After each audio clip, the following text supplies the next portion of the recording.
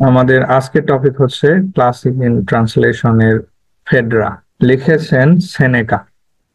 Right down about Seneca. Seneca সম্পর্কে কিছু লিখতে গেলে, Seneca was a famous Italian dramatist. Seneca ছিলেন একজন বিখ্যাত Italian dramatist. He was born in 4 BC and died in 65 AD. Seneca জন্মগ্রহণ করেছিলেন 4 BC-তে, বিফোর ক্রাইস্ট, যীশু খ্রিস্টের জন্মের 4 বছর পূর্বে, and died in 65 AD. His life story was obscure, filled with many mysterious happenings. সেনেকার জীবন লাইফ ছিল অনেক মিস্টেরিয়াস কার্যকলাপে অথবা ঘটনায় পরিপূর্ণ। ক্যারেক্টার গুলো হচ্ছে Phaedra. Phaedra is the most important female tragic character in Seneca's drama. সেনেকার ড্রামাতে ফেডরা একটি খুবই গুরুত্বপূর্ণ ফিমেল ক্যারেক্টার, আর যা ছিল tragic. She was banished from her native land, Crete, and she is married to Theseus. Phaedra তার যে নেটিভ ল্যান্ড ছিল, জন্মভূমি ক্রেট থেকে বিতাড়িত হয়েছিল, নির্বাসিত হয়েছিল এবং পরবর্তীতে গিয়ে থিসিয়াসকে বিয়ে করেছিল।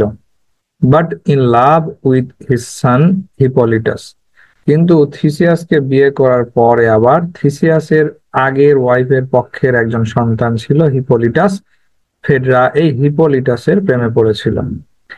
Her mother was a lady of extra sensuousness, and she had mated with a bull and gave birth to a half human and half monster.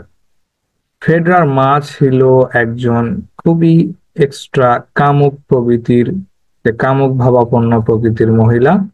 সে একটি বুল বা ষাঁড়ের সাথে ম্যাটিং করেছিল, আর এর পরবর্তীতে একজন হাফ হিউম্যান এবং হাফ মনস্টারকে জন্ম দিয়েছিল। ইন হার হোল লাইফ, তার পুরো জীবন জুড়েই, she has wandered in the forest, সে এই বনে উদ্দেশ্যহীন ভাবে ঘুরিয়ে বেরিয়েছিল। The blood of her mother was present within herself.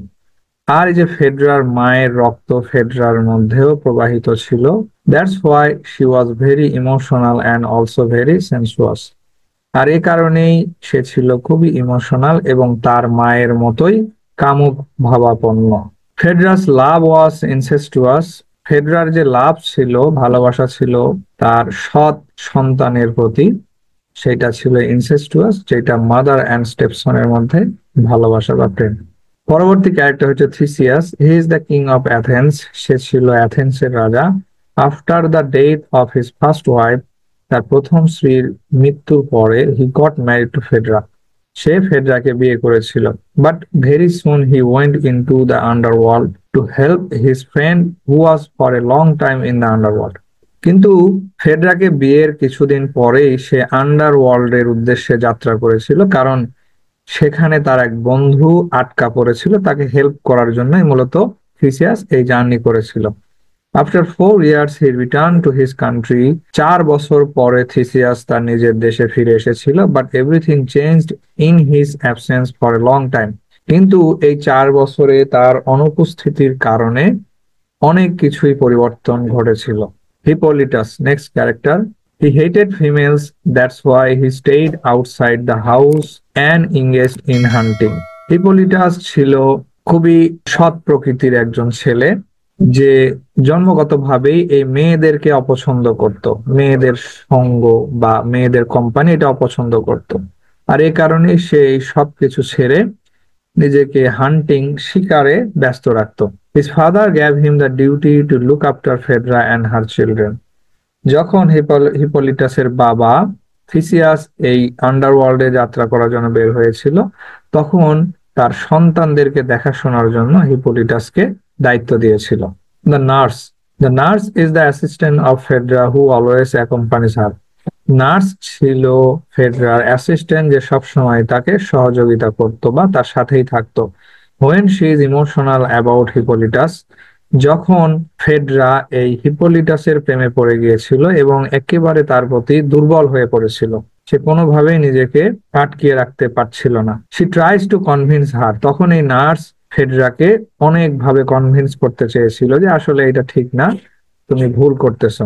But after failing she assist her, কিন্তু যখন নার্স কোনোভাবেই ফেডরাকে বাধা দিতে পারলো না, আটকাতে পারলো না, তখন সে বাধ্য হয়ে ফেডরাকে হেল্প করছিল এবং ফেডরার সাথে ম্যাটিং বা তার সাথে সেক্সুয়ালি সম্পর্ক করার জন্য হিপোলিটাসকে কনভিন্স করতে গিয়েছিল।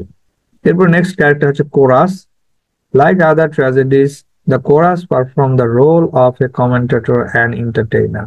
অন্যান্য ট্র্যাজেডির মতো এই ট্র্যাজেডিতেও কোরাস এই কমেন্টেটর এবং এন্টারটেইনারের পারফর্ম করেছেন। After the end of each act, প্রতিটি অ্যাক্টের শেষে the chorus appeared on the stage. Chorus দল স্টেজে এসে তাদের যে পারফরমেন্স ছিল সেটা করতো।